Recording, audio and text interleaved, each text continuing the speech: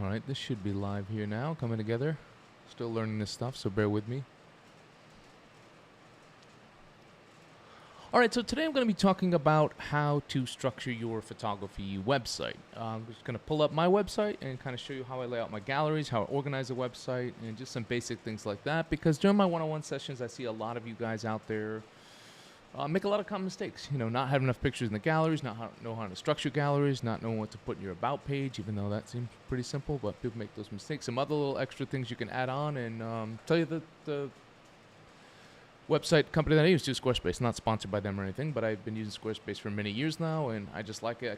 I have many different photography websites across different brands, and it's just been the easiest. There's other good ones out there too, but this one's just been easy for me to learn on the back end, and I like the way it looks on the front end. So I am also new to the streaming thing. I'm trying new things. Got my little microphone here, got my camera over there, got the screen sharing with you here. I'll probably make some mistakes today, so bear with me. But I'm trying this OBS software. I'm trying different things. Like right now, I'm going to try to give you my little intro here. I'm going to give you my little YouTube intro right now.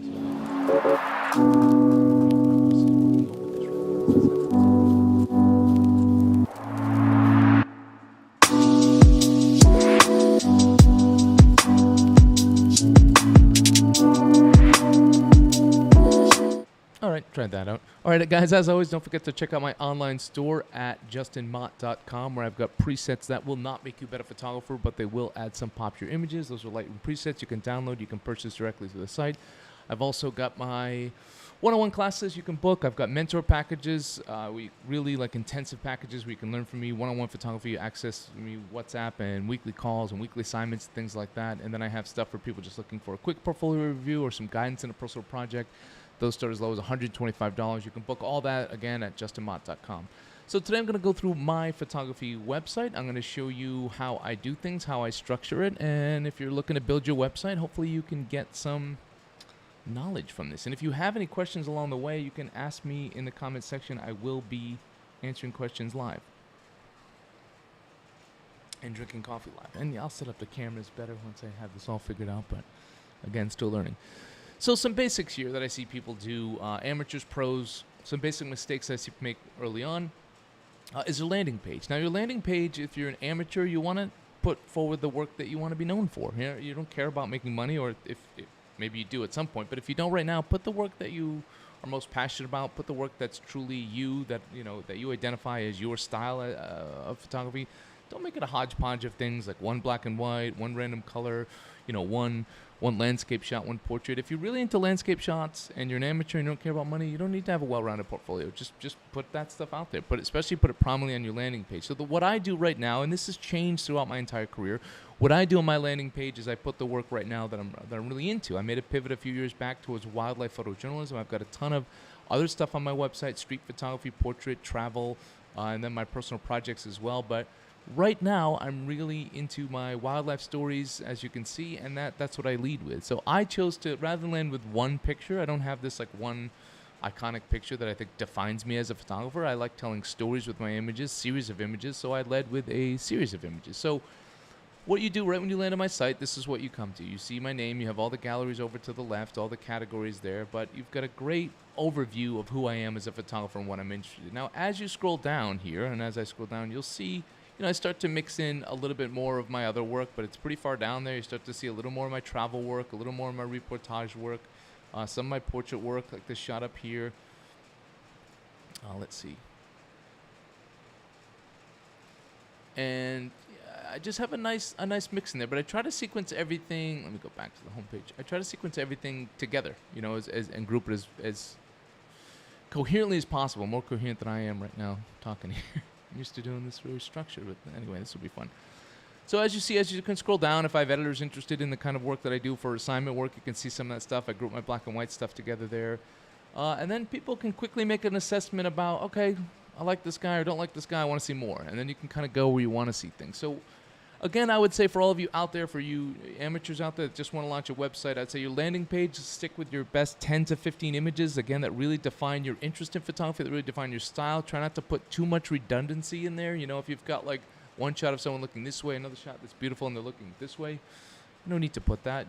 Have versatile compositions in there. Make sure everything's your best light, best composition, best moment, best storytelling image, most powerful image, most impactful, that kind of stuff. And then from there, then I set everything up into galleries. Now, before I didn't have an online store. I'll talk about that a little bit. I've got my gear page. I didn't really care about that stuff early on in my career, but now that I'm changed, now that I've got my YouTube channel, my Justin Mott brand, in addition to my editorial portfolio that editors can come to look that want to hire me. So I broke it up a little bit. But back before, I didn't have any of that stuff. So, basic rule of thumb for galleries here. I've got, let's see. I see a lot of you. Let's just take portraits for example. Again, I'll try to put at least 20, 25 pictures in there of different portraits, and I sequence them from. I try to start with my favorites, and then again, what's most relative to what I'm doing right now in my photography. And I also try to group things together. So if images go well together, like these two are both related, same color palette, both relate to a similar story, both the same guy actually. So I try to group that stuff together. Try to see what I have here. I've got these images here of similar light going on there. And you can, the way I do it in Squarespace is I make these galleries. I like an overview. I like people to be able to click where they want to go to, and then they can just click and see things bigger if they want. But I try to space it out. I try to have some images a little bit wider, some images a little bit tighter, a nice mix of different kinds of light, different kinds of subjects, different colors, things like that. And then I put a lot of thought into how I group things. So again, for all of you out there, if you don't have an actual a solid amount of images that can, that warrant a gallery, then don't start the gallery yet. Start on the back end and fill in that gallery. So if you've got 3 solid portraits, this doesn't really warrant a gallery. If you've got only 5, it doesn't really warrant a gallery. So have that on the back end portrait work there, but fill in the empty slots, especially early on in your career. So another thing I see people do is stories and galleries. They just kind of have their website with these random gallery names, off in Paris or wandering the streets of Venice, and it's confusing for people, so I would structure things. It's fine to have these little projects that you did, whether they're conceptual, whether they're a photo story or whatever they are, but, have it a little more clear of what people are getting themselves into, and then put those within a category called gallery. So right here, you see I have stories, and then under stories, sorry, I'm clicking on the wrong spot. Under stories here, I've got all my projects. So that's where I put stuff in. So if you've got, whatever you shoot, landscape-themed projects or landscape locations that you've done, then just call that landscapes, make a sub-gallery of Iceland, Ireland, Canada, Vietnam, wherever you've been, and make it clear what it is. Try to stay away from these sort of. If you did a gallery or an exhibition, fine, you can have a funky, cool, abstract name to it, but try to make it a little bit clear so people know what they're getting into. Again, I see people make that mistake all the time with their websites, where they're just they've got these galleries, or they didn't have galleries, they have individual galleries, and they're just randomly put together. So the way I do it, I've got stories with you guys. If you're doing landscape, if you've just got your own photo projects, you could just call it projects. You could call it projects, you call it stories, whatever you want. And then under that, put all those different projects you have in there. And again, I would only put stuff in there that really warrants its own gallery. So something that's worthy of at least 10 images. And then again, also pay attention to how you sequence those images. If you're doing a story, it's obviously very important. The way I sequence, I keep clicking on the way I like to do it here with my stories, I like to give a little context. So I've got sort of my hero image here in my projects, a little background if people want to know more. And then again, I used to just do this sort of slideshow view, and Squarespace gives you all sorts of different options on how you want to display things. But I like it like this sort of magazine view where you can see things in a layout like this, and I sequence it in the order that I like. I spend a lot of time, but people can click on it individually and see it bigger if they want, X out. All this can be easily done in the templates within Squarespace.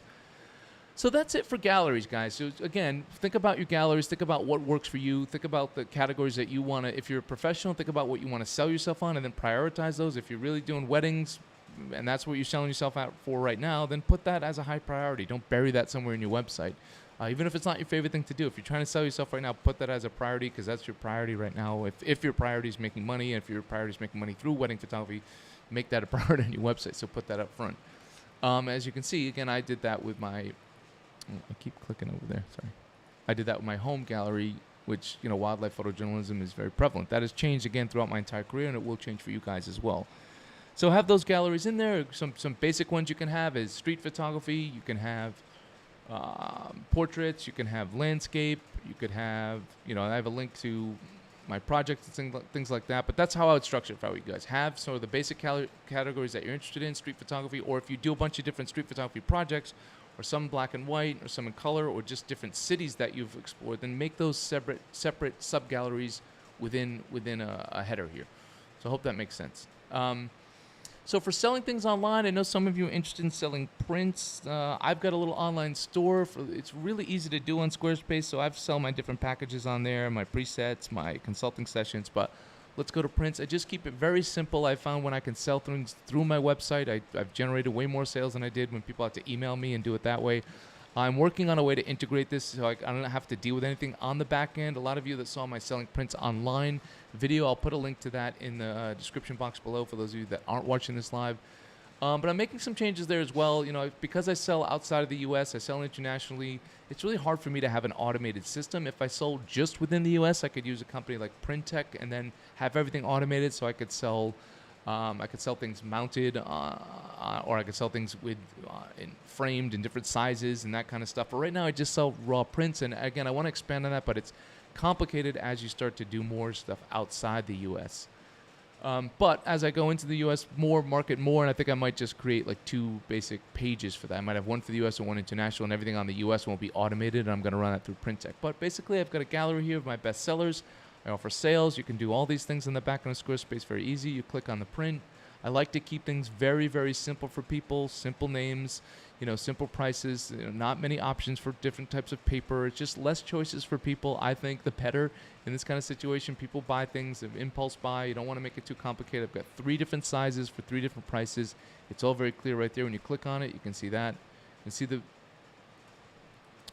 so you click on 12 by 18. You can see the price $150. You can click on purchase, and I take PayPal or a credit card, and everything runs through Squarespace, and everything on the back end really keeps all your invoices and all your structure.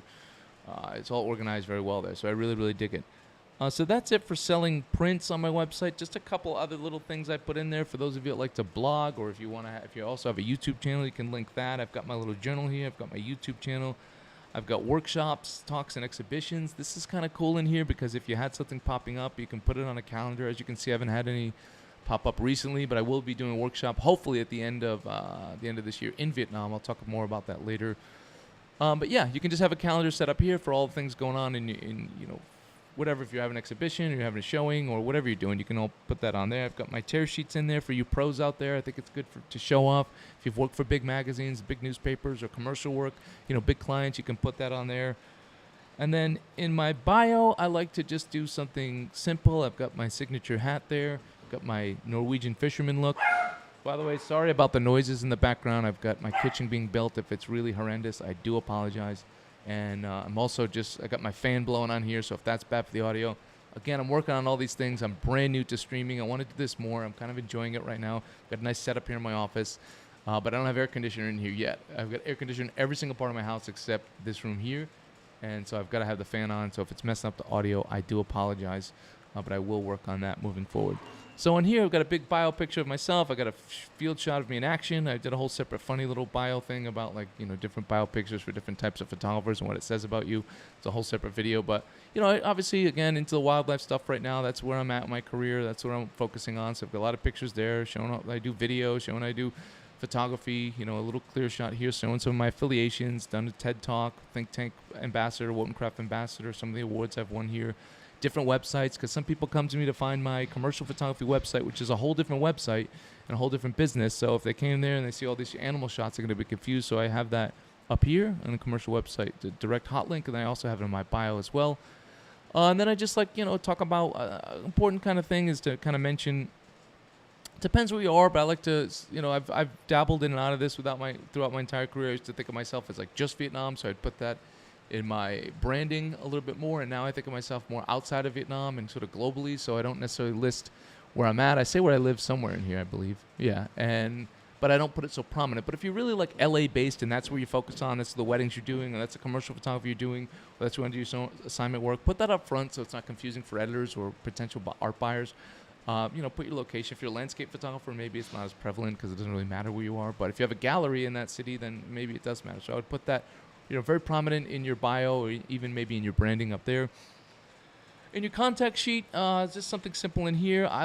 Some people use these like ones that are already pre-filled out, and you can do that. I just like to put my email in there. I know I get spam because of it, but I want people to copy and paste it. I put my phone number in there. Sometimes I get random calls. It's not fun, but I like to put a little picture of my office in there. That's kind of what you see. You see part of it right now. Always change my office around. So phone number, I've got my assistant's name on there, all that kind of stuff. Just basic stuff that I need to have in there. Again, my location, where I'm at.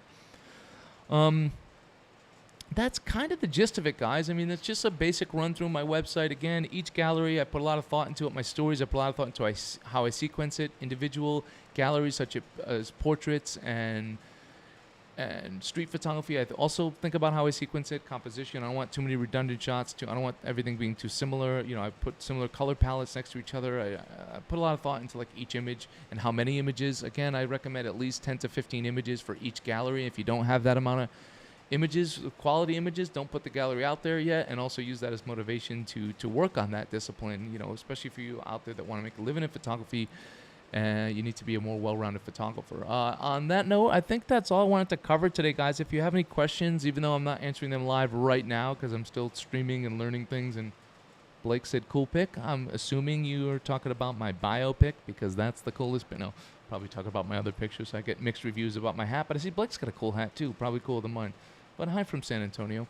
You guys, if you have any recommendations, any advice on how topics you'd like me to talk about during these live sessions, I might even try some reviews here. But put that in the comments section. Again, this is new to me. I've bought all the kit for live streaming. I'm sort of taking the plunge here. It wasn't a big plunge. I had to buy this microphone thing and set up my camera over there, but I already had most of the equipment. So I'm going to try it out. I'm going to see how it goes. Maybe I'll do a multicam system thing here. But let me know how the audio sounds. If it was really crap, I apologize again. Fan over there. But I'm working on it. I'm trying. But yeah, anything you want me to talk about live next time, I'm doing these pretty impulsively, so there's not going to be a big amount of viewers right when I go live. I'll try to launch them and plan them better, but I'm definitely like a photographer in that sense. I don't like to plan. I don't like to plan things. I like to just I'm in the mood right now. Have my coffee. It's flowing. Maybe I finished an edit early and I've got time and I just want to put it out there. So that's it for today, guys. Thank you guys for tuning in. Don't forget to like, share, and subscribe. Don't forget to check out my online store at justinmott.com. Again, don't forget to ask me any questions in the comments section. I'll do my best to answer them even after this video. Appreciate you guys watching. Appreciate you guys tuning in, and I look forward to more live streaming. Take it easy.